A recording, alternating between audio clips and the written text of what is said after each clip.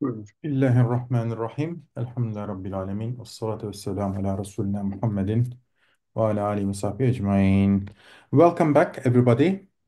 I think we had over a month break because of Ramadan.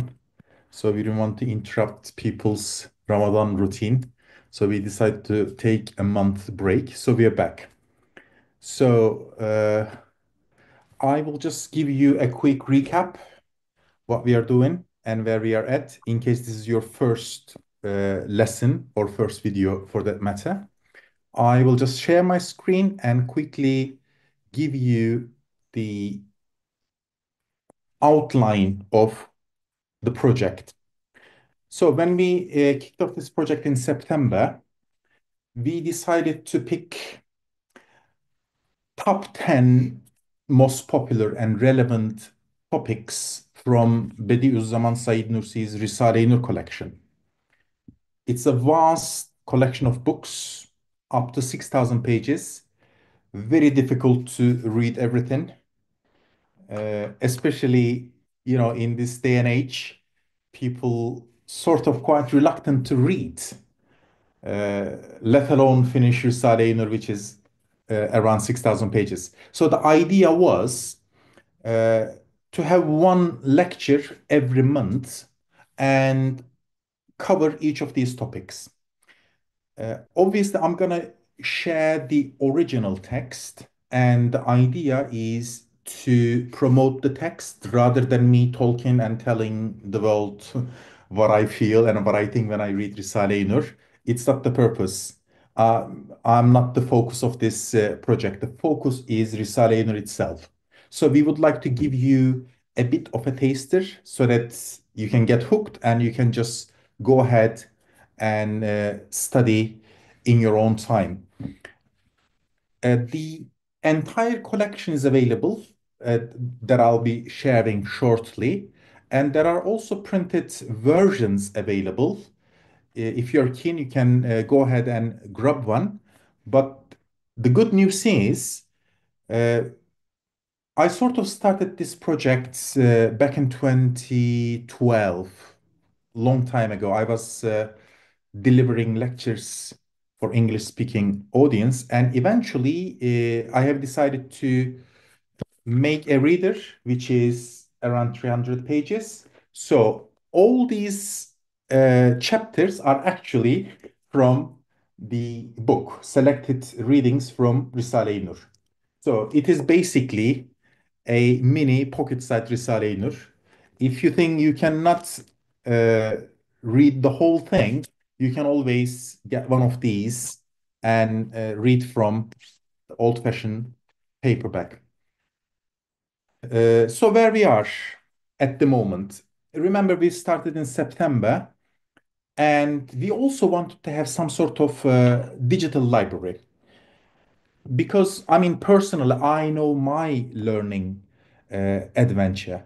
When I like a video, a lecture, I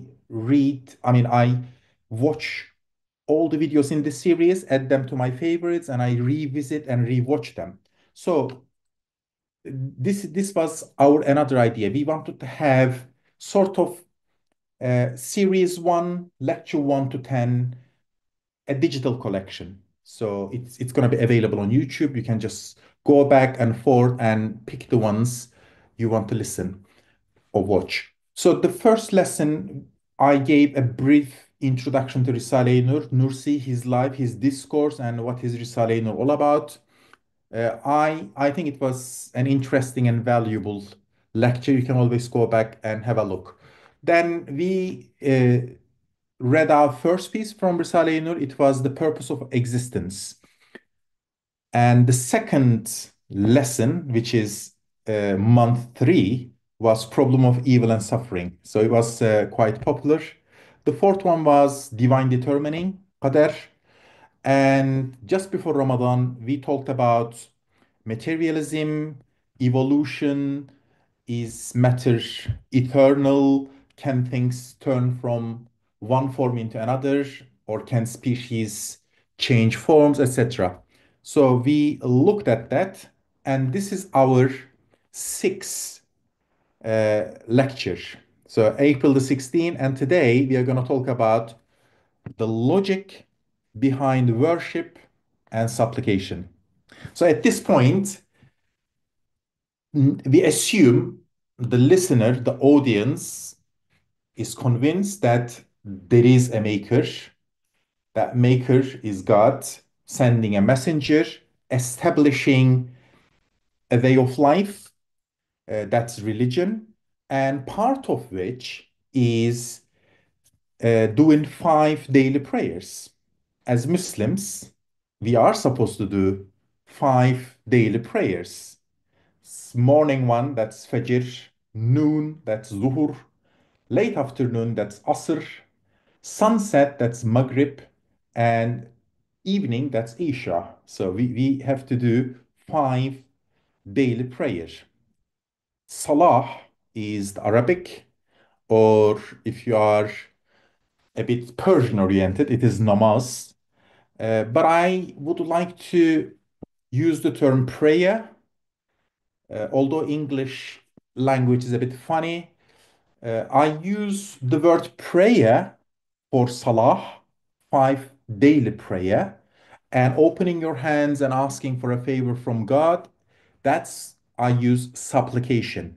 If you look up English dictionary, it's a bit used interchangeably. When you say pray, do you mean you are doing salah or do you asking for something? So in English, they are both pray.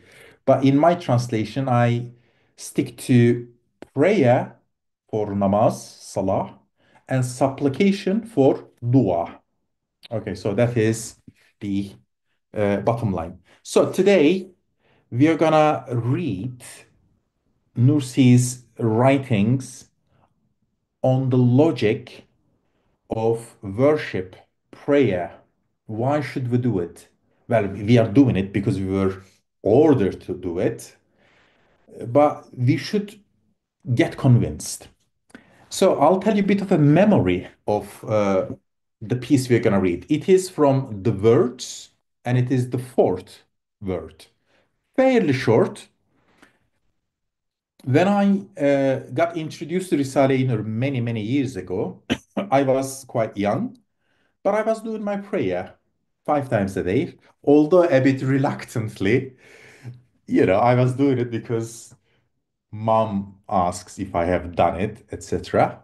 Then I started, joining circles and listening to pieces from Risale-i Nur and started reading it.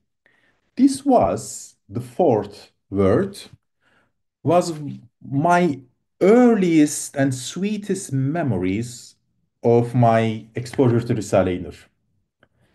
A young guy going to middle school, he needs to get convinced. So one day we went to uh, Abi's house. We had some lentil soup as standard, no meat. Meat was expensive, so it was mainly lentil soup with bread. And we did prayer, and after the prayer, Abi opened up Risale-i Nur.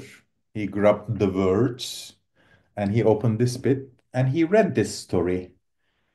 And I loved it so much.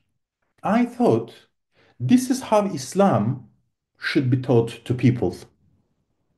Because up until that moment, yes, I was going to mosque, I was exposed to religion in various levels, but it was lacking this uh, logical argument to convince me. Yes, I was doing my prayer, but I wanted something quite solid. And most of the time, probably it's still the same in many communities. When we teach our youth, we tend to scare them. We tell them, okay, this is what happens if you don't do it, retribution, punishment, etc. But Risale-i Nur speaks to your mind.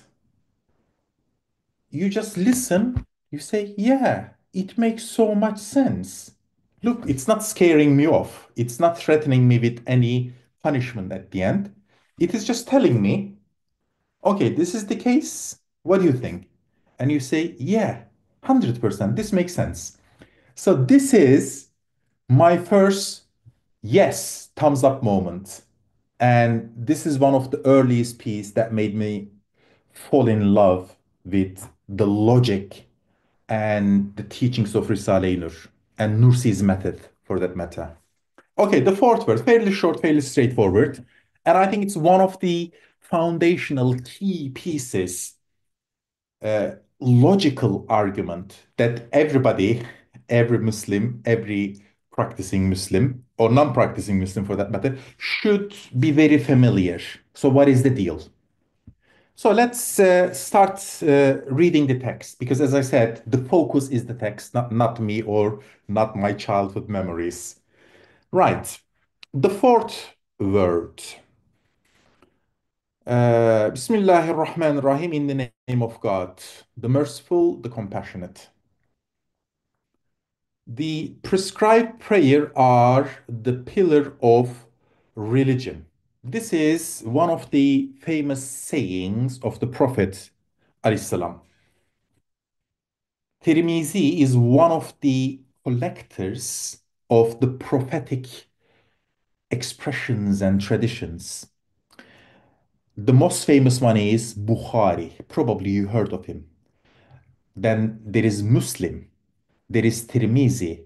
So Ahmed ibn Hanbal. So we call them the scholars of tradition. Remember, our main source to Islam is Quran itself. That's the main source. And also we learn Islam through the teachings and personal practices of the Prophet ﷺ. So these people, such as Tirmizi, Bukhari, Abu Dawud, and few others, what they did, they visited the area where the Prophet ﷺ exercised his prophethood and interacted with lots of his companions, Sahaba, and people who interacted with Sahaba. We call them Tabi'in. So these scholars, they went there, they did years long research, and they collected authentic teachings of the Prophet and they recorded them. And we call them the books of traditions. Kutub ahadith. Kutub, kitab is singular, kutub is books. Ahadith is collection of hadith, the sayings of the Prophet. So the Prophet ﷺ said, As-salatu ibaduddin. The prescribed prayers are the pillar of religion. Important. Now, with the introduction, let's hear how Nursi is going to convince me. Imagine a first timer, I don't know, someone is telling me I have to do pray for 5 times a day for the rest of my life, and I want to be convinced. Okay, Nursi goes on. He says, if you want to understand with the certainty that 2 plus 2 equals 4, just how valuable and important are the prescribed prayers, 5 daily prayers, and with what little expense they are gained, and how crazy and harmful is the person who neglects them. Because a lot of Muslims, they don't do their prayers, they neglect them. And Nursi calls them crazy. You must be, I mean, what he means is stupid because you're losing a lot. Pay attention to the following story, which is in the form of comparison. So this is very Quranic method. Quran gives an example, then Quran explains, okay, in this analogy, in this metaphor, okay, this symbolizes that, that symbolizes that, this means this, etc. So Nursi uses this comparison method a lot. He first tells you a story. Then he tells what every element of that story actually mean. So we're gonna look at his comparison, his story. One time, A mighty ruler gave each of two of his servants 24 gold pieces and sent them to settle on one of his rich royal farms 2 months' distance away. Use this money for your tickets, he tells them, and buy whatever is necessary for your house there with it. So this 24 gold pieces, I think, which is a lot of money in today's economic climate. It says 24 gold, here is your capital, you buy your ticket, and you gather whatever you might need in your destination. There is a station 1 day's distance from the farm, and there is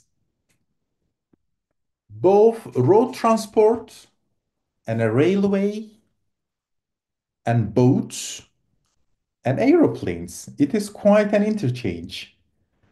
Imagine a big interchange, you have multiple options. Obviously, the last option is going on foot. If you have time and endurance, you can also walk. They can be benefited according to your capital.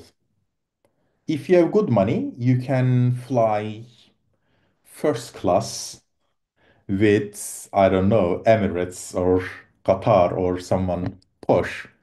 If you don't have enough money, you can fly with Ryanair, which is quite terrible. I live in Britain, absolutely terrible, but it is still a flight. It takes you there.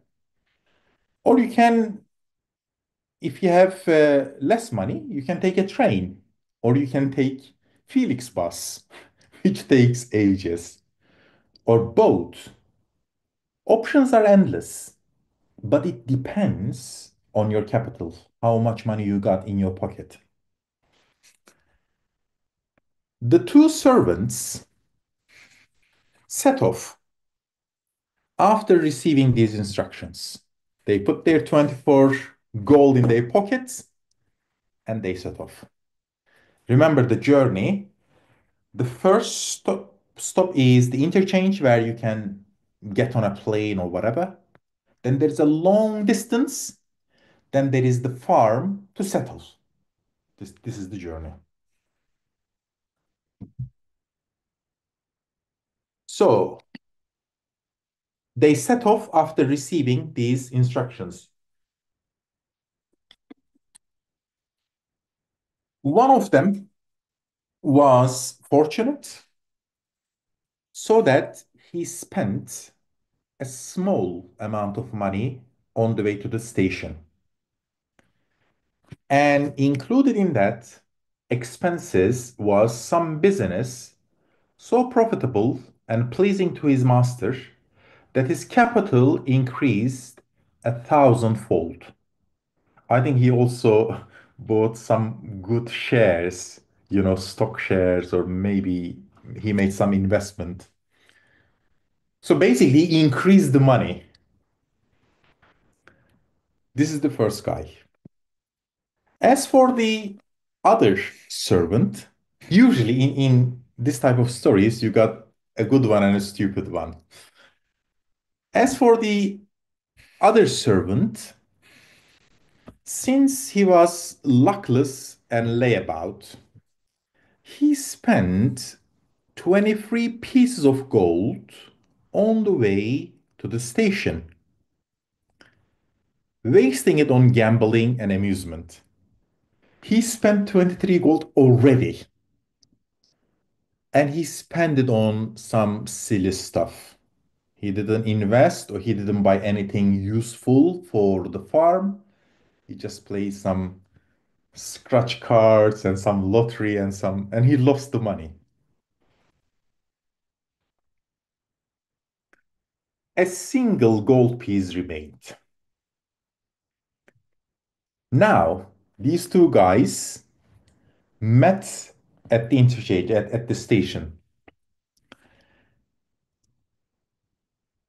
His friend said to him, spend this last gold piece on a ticket so that you will not have to walk the long journey and starve and perish, probably, or get robbed. You never know. If you are trying to walk across long distances, highly dangerous.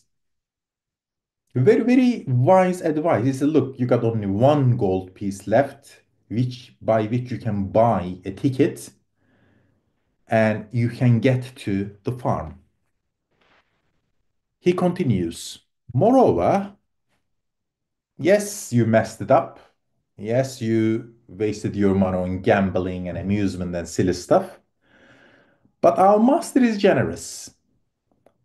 Perhaps he will take pity on you and forgive your faults and put you on an aeroplane as well. Then we shall reach where we are going to live in one day. It's going to be a quick flight.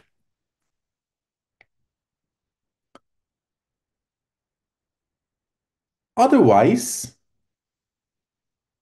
otherwise what happens? You will be compelled to walk alone and hungry across a desert which takes 2 months to cross. Well, it's a long one.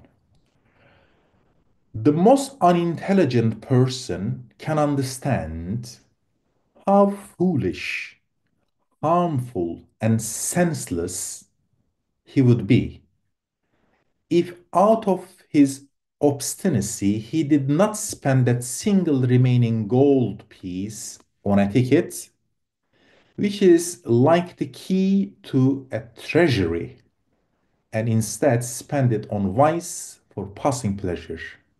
Is that not so? This is the story. Last pound, last gold coins, buy a ticket and ask for forgiveness. Probably is going to forgive you.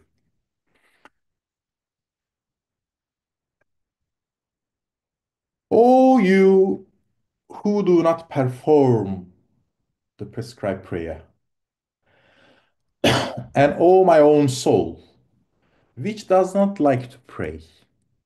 Mind you, a lot of us, it is difficult. It is every day, it is 5 times. Sometimes we are out and about, sometimes it is cold, sometimes we are tired, difficult to get up.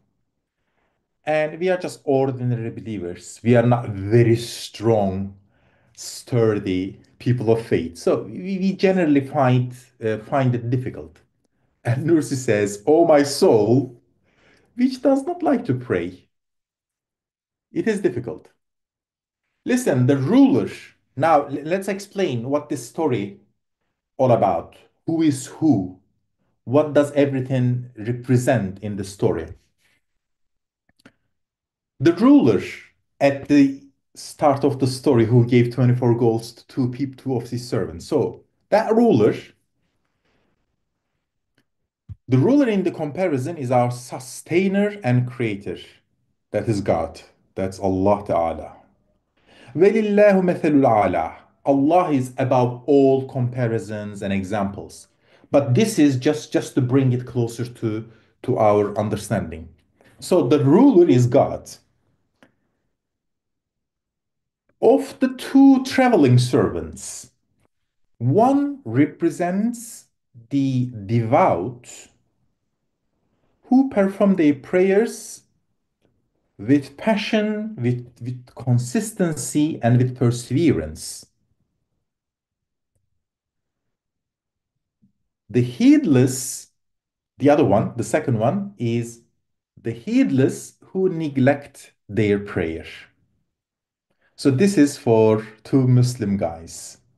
One is praying, perseveres on it, yes, finds it difficult, but makes an effort. And the other one is so-called Muslim who doesn't do any prayer. What about the 24 goals? I am sure you got it straight away. The 24 pieces of gold that the master gave to of the servants are life in every 24-hour day. That is your one day in which you have 24 hours. That means you are given 24 gold every day. That's your capital. What about the transaction, the deal,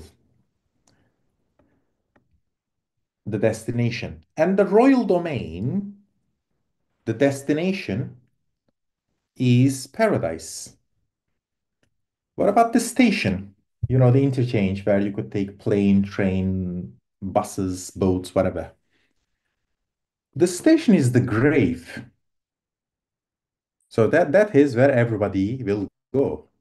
6 feet under. Years ago, there was this is before Netflix and all that stuff. There was a series in the US called 6 Feet Under. If you can find it, you should watch it. It is the story of a family of undertakers.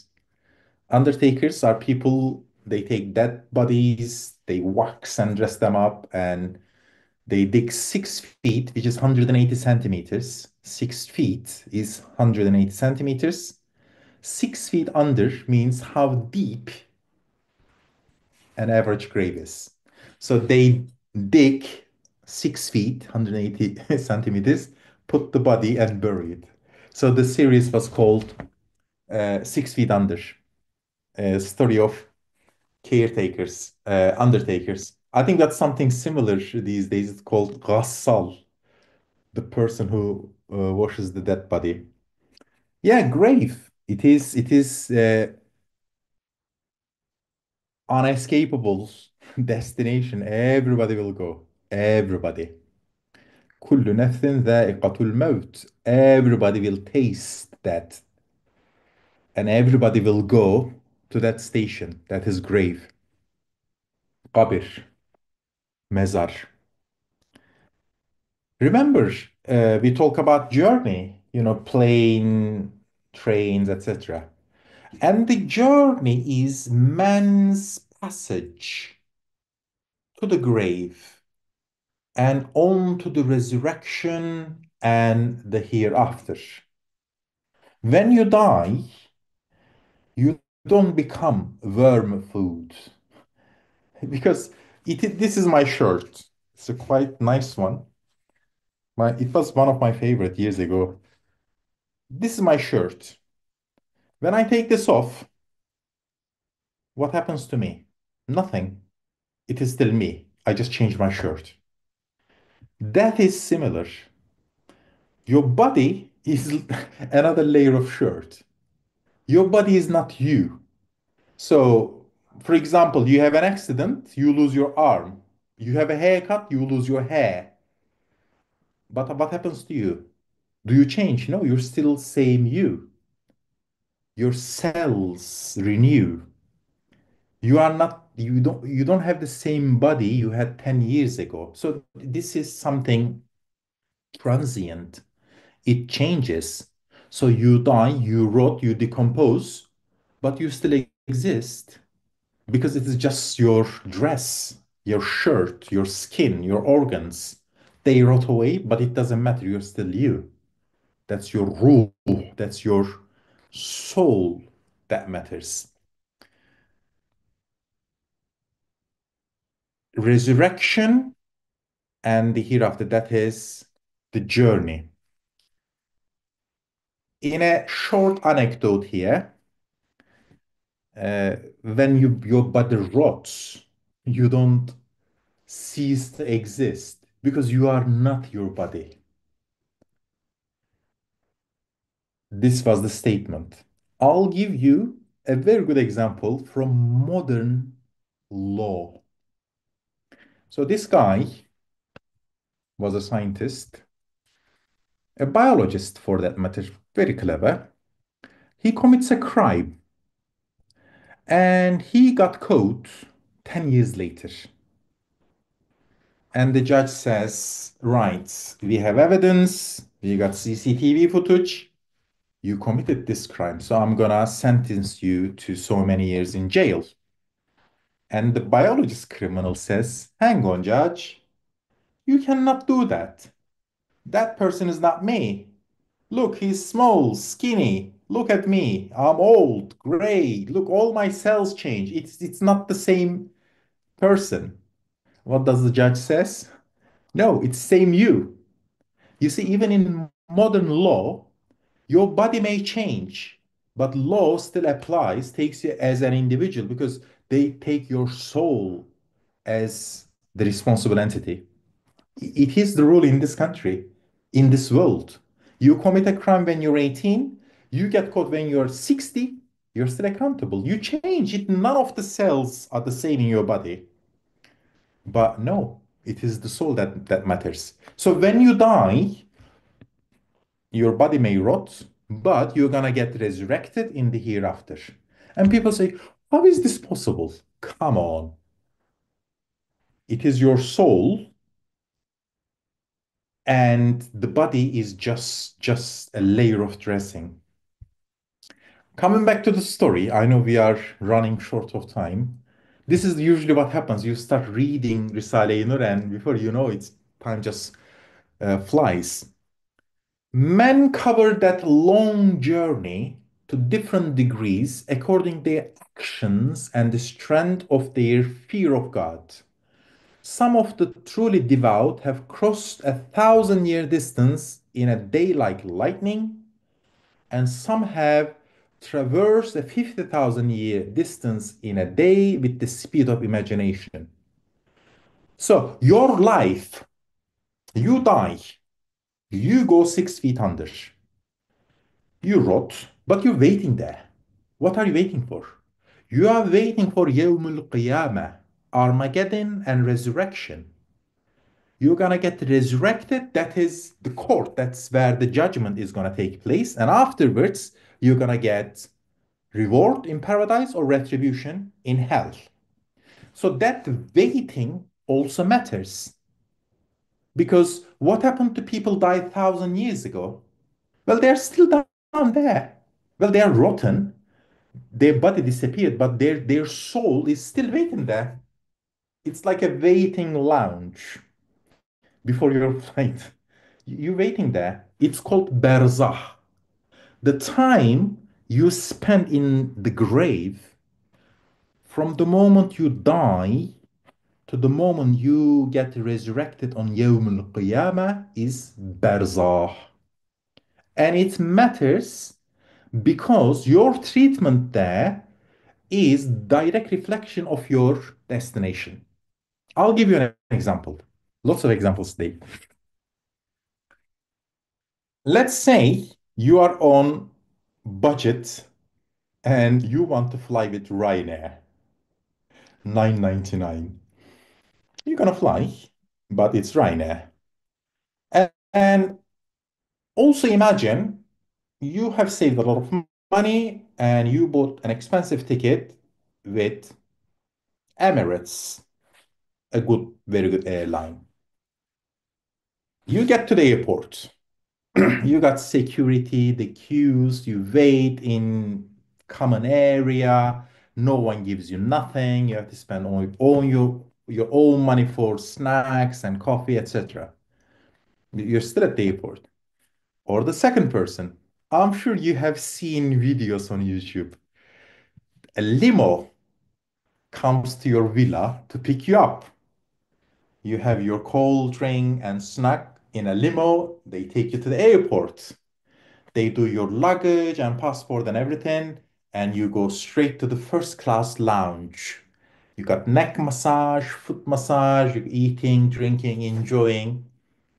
Well, if you think about it, you're both traveling to the same destination, but the treatments are very different. So that treatment, pre-flight treatment, in this example, is your life in barzakh, the moment you died put in the grave and get resurrected. That's the waiting area. If you haven't prepared anything, if you haven't invested anything, if you have messed up in this life, you gotta start suffering there already. But if you have done really well, and if you are destined to go to paradise, your treatment, first class treatment, starts in Barzah, in Qabr. And it is described as a house with a French window, you slide it open, opening into a garden. Yes, you're not allowed to step into the garden yet, but you can actually view it and enjoy it. So if you are going to paradise, that is your life in Barzah, in Qabr. Your view is paradise. Paradise literally means garden, by the way. Al Jannah in Arabic means garden, literally garden. And that is your grave with a garden view. And if you have messed it up, well, bad treatment starts in your qabr. The tickets. What about the tickets? The ticket in this example, in the comparison, represents the prescribed prayer. Ah, that is it. One gold piece that you should buy the ticket with is five daily prayers. But what is the connection between five daily prayers and one gold ticket? So we're going to come to that. Remember, we said 24 gold pieces represent your one day life, which is 24 hours. And the ticket is one gold piece. That means 1 hour. Out of 24 hours, 1 hour is for your five daily prayer. That is the total time it takes to perform five daily prayer. Nursi says a single hour a day is sufficient for the five prayers together with taking the ablutions. Yeah, you need to do some preparation as well. You need to go to toilet, wash yourself, etc. And add up the time. Nursi is quite generous. He says, oh, 1 hour. In most cases, it is way less than 1 hour. Fajr prayer, only 4 rak'ah. I'm sure you're not going to read Surah Al-Yasin. You're going to read something short and do it quickly. Noon prayer, that is Zuhur. 10 rak'ah takes 10 minutes. Then you have Asr, 8. Another 8, 10 minutes. Then Maghrib, only 5. And then Isha, 13. Add them up. Give average 1 minute for each rak'ah if you are doing it properly. Still, you need less than an hour. I think it's a very good deal because for the remaining 24 gold, Allah is asking back only one. He says, here is 24 every day. One condition, I want one of them back. But if you say, no, I want all 24, I'm gonna go waste them and I'm not gonna give one back. That is stupid. So Allah gives us 24 hours a day. He's asking 1 hour back. So what a loss a person makes who spends 23 hours on this fleeting worldly life. وَمَا الْحَيَاةُ الدُّنْيَا إِلَّا لَعِبٌ وَلَهْوٌ. Quran says, the world life is just a game and pastime. لَعِبٌ وَلَهْوٌ. It is true. I mean, when you hit 60, 70, 80, you look back, okay, what have I done with my life? Okay, you set up businesses, you work, the pension, the house, the mortgage, the car. So what? It is just a game.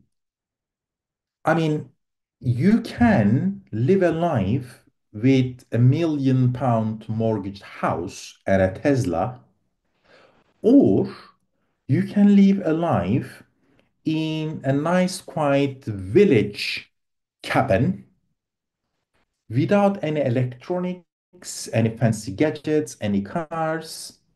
You might be even happier in the second condition. So everything you work for in this fleeting worldly life is pastime and game. وَلَدَارُ الْآخِرَةُ آخِرَةُ فَهِيَ حَيَوَانٌ. The Quran expresses this. The worldly life is just a game. What is permanent is the life in the hereafter. It's not my expression, it is the Quran. وَمَا الْحَيَاةُ الدُّنْيَا إِلَّا لَعِبٌ وَلَهْوٌ. But human beings, we are tempted to the worldly life more than the hereafter.